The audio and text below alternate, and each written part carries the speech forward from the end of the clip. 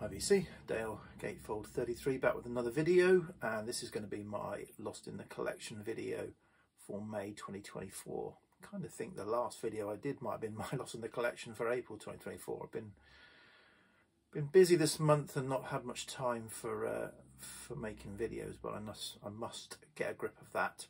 Anyway, yeah, May 2024, so revisiting albums I've not played for a long time, for 5 years or more, and I want to take a break from the purging side and revisit some albums that I felt were strong. And at the beginning of the month, Rob Walker put out a video that I thought was interesting, where he was putting forward that the perfect albums are 10-track albums, 5 songs on side A, 5 songs on side B, which got me on to thinking about a similar but different thought that I have on albums, and that is around the duration. So Rob did mention duration as well in his video, but yeah, I've always thought that the perfect album is around the 40-minute mark, and I've said in other videos I've had struggles with double albums and struggles with faux double albums out of the CD age that are 50-55 minutes on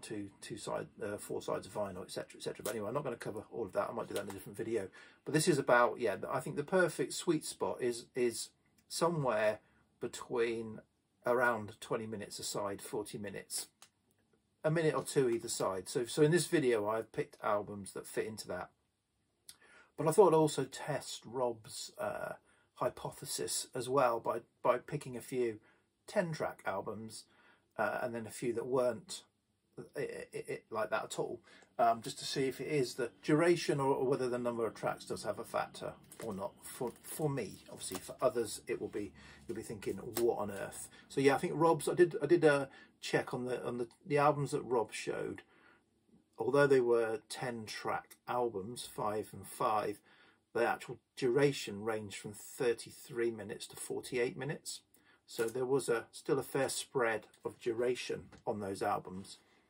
And because you may be thinking, well, saying you like 40-minute single albums, Dale, is not exactly rocket science. Aren't all albums, single albums about 40 minutes? So you're not really breaking any ground there. But I have looked through my collection, because I do, in my spreadsheet, keep a record of the duration of albums as one of my columns of information, and the single albums in my collection do actually range from less than 30 minutes. I think 26 minutes is the shortest full album in my collection, to over 60 minutes. I think 64 minutes is the longest. So it isn't a foregone conclusion that all single albums will be about 40 minutes. As I said, in my collection they range between 26 and 64.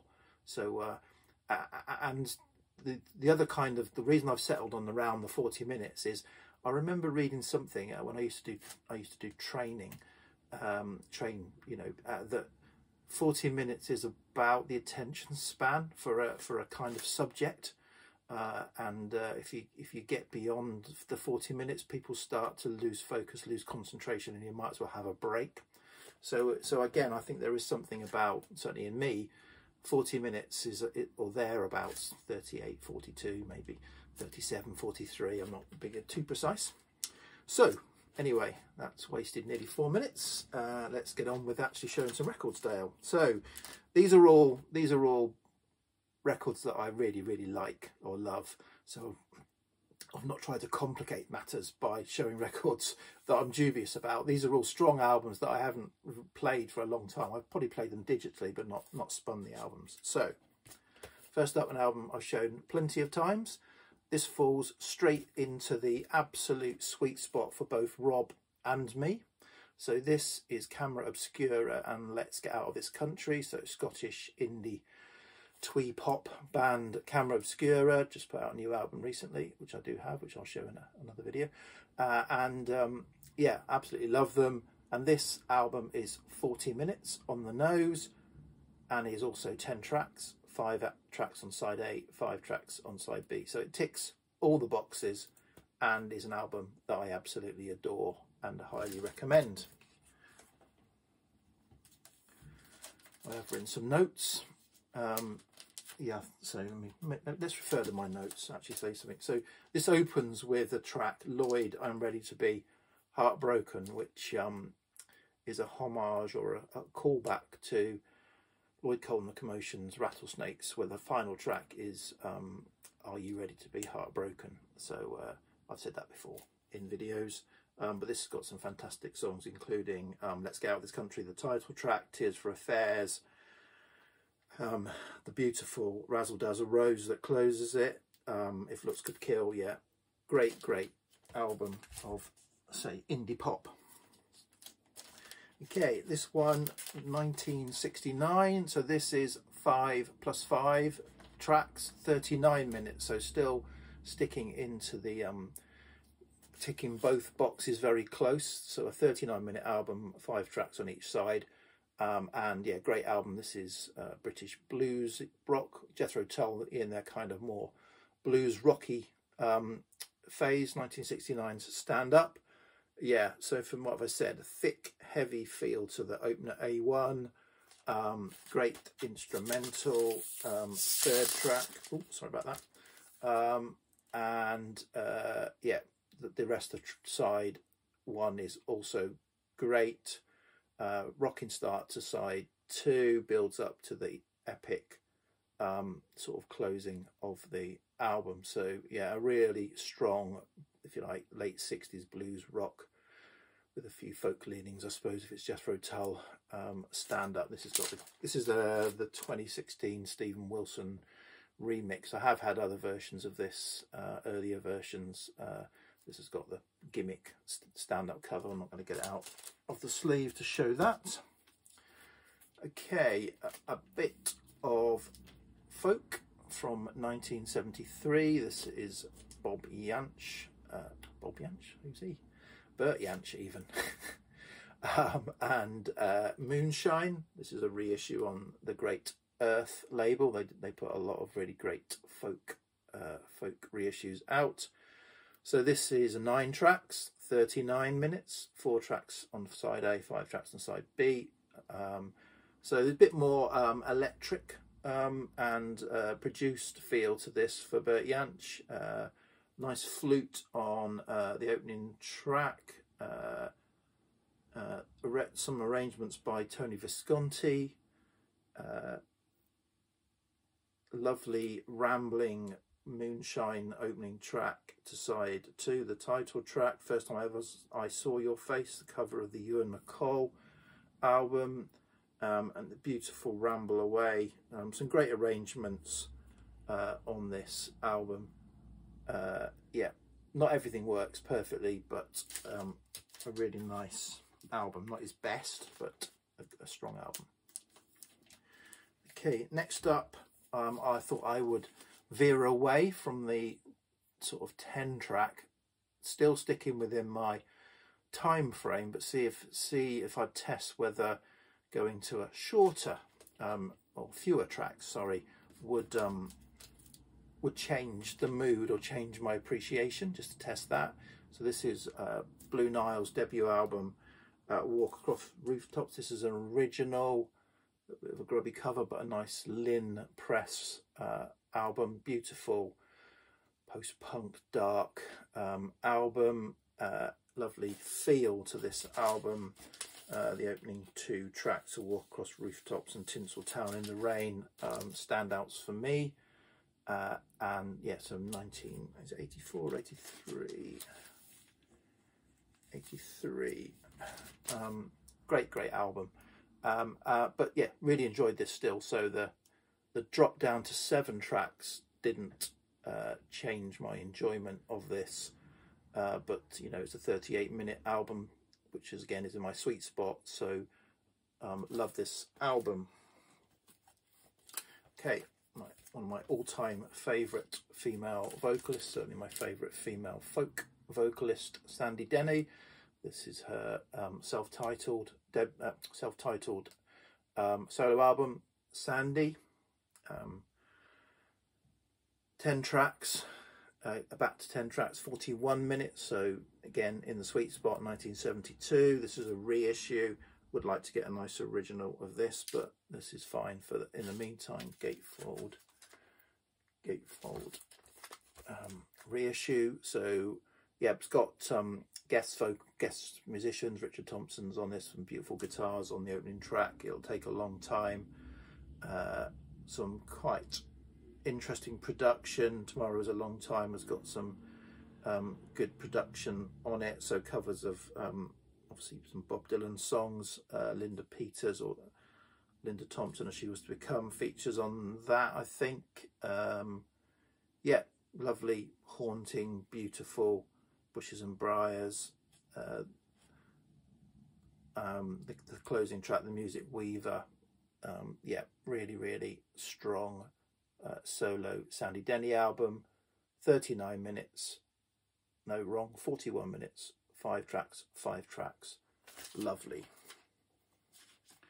Okay, one of my all-time favourite albums now that I've for some reason not spun the vinyl for 5 years or more. I even got the go-to. It's a go-to album every 5 years.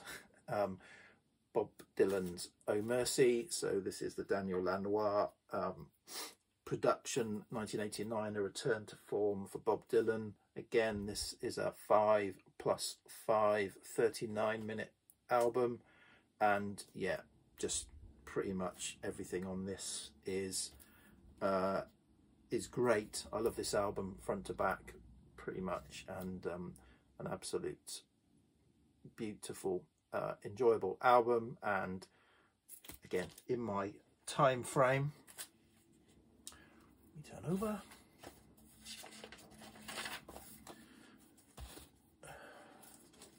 Okay, next up, The Sound, and From the Lion's Mouth. Beautiful cover art there. This is an original press that I picked up. So I was unfamiliar with The Sound, probably only the last 10 years I've become, they passed me by in the 80s.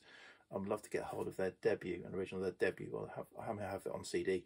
So yeah, fantastic voice. Adrian Borland, his voice just suits the post-punk genre. It absolutely, I think it's just a mix of all post-punk sort of artists blended into a perfect post-punk voice. And yeah, it's a powerful opener, and yeah, all round a very strong album. So this is 5 + 5, again, 10 tracks, 42 minutes, and yeah, just lovely chiming guitar in places, and yeah, mix of dark anthemic albums with some great keyboards as well in places. So yeah, really enjoy this. As I said, I'd love to get more. I've got most of their stuff on CD, a couple of CD boxes that I bought of theirs. Pretty much I've got a lot of their stuff, but this is the only album I've got on vinyl. Okay, another favourite artist of mine, Traffic. I showed Shootout the Fantasy Factory a few months ago. This is another one with the gimmick sleeve, an original UK of the Low Spark of the High Heeled Boys, an original on the Pink Rim Island label. Yeah, great. Just I like pretty much all the Traffic albums. I just really enjoy them, the feel of them. This it's got kind of quite a folky intro, but yeah, and this was one where again I moved away from the 10 tracks to test it out. So this is only a 6-track album, 3 on each side. So, but it's 41 minutes, so it's in my sweet spot for time. But I was testing moving away from that 10-track album just to check whether that had any influence, but still love this.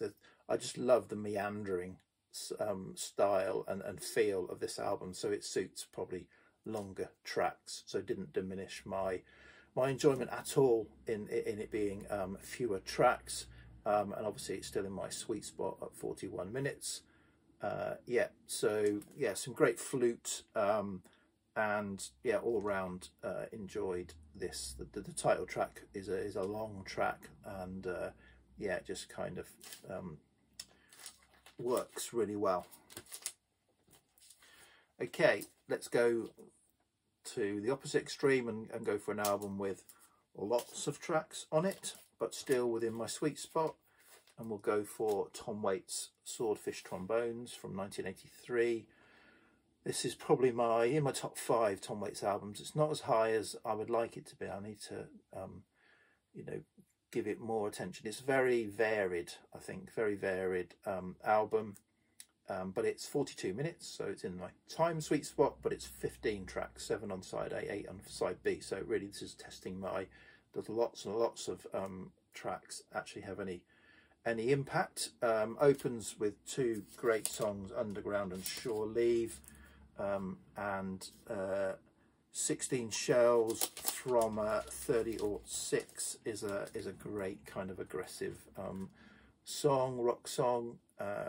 And yeah, really enjoy this. As I said, you need to pay attention on this. I think it's got, with so many tracks, actually this I lost focus on it slightly towards the sort of midway through the second side.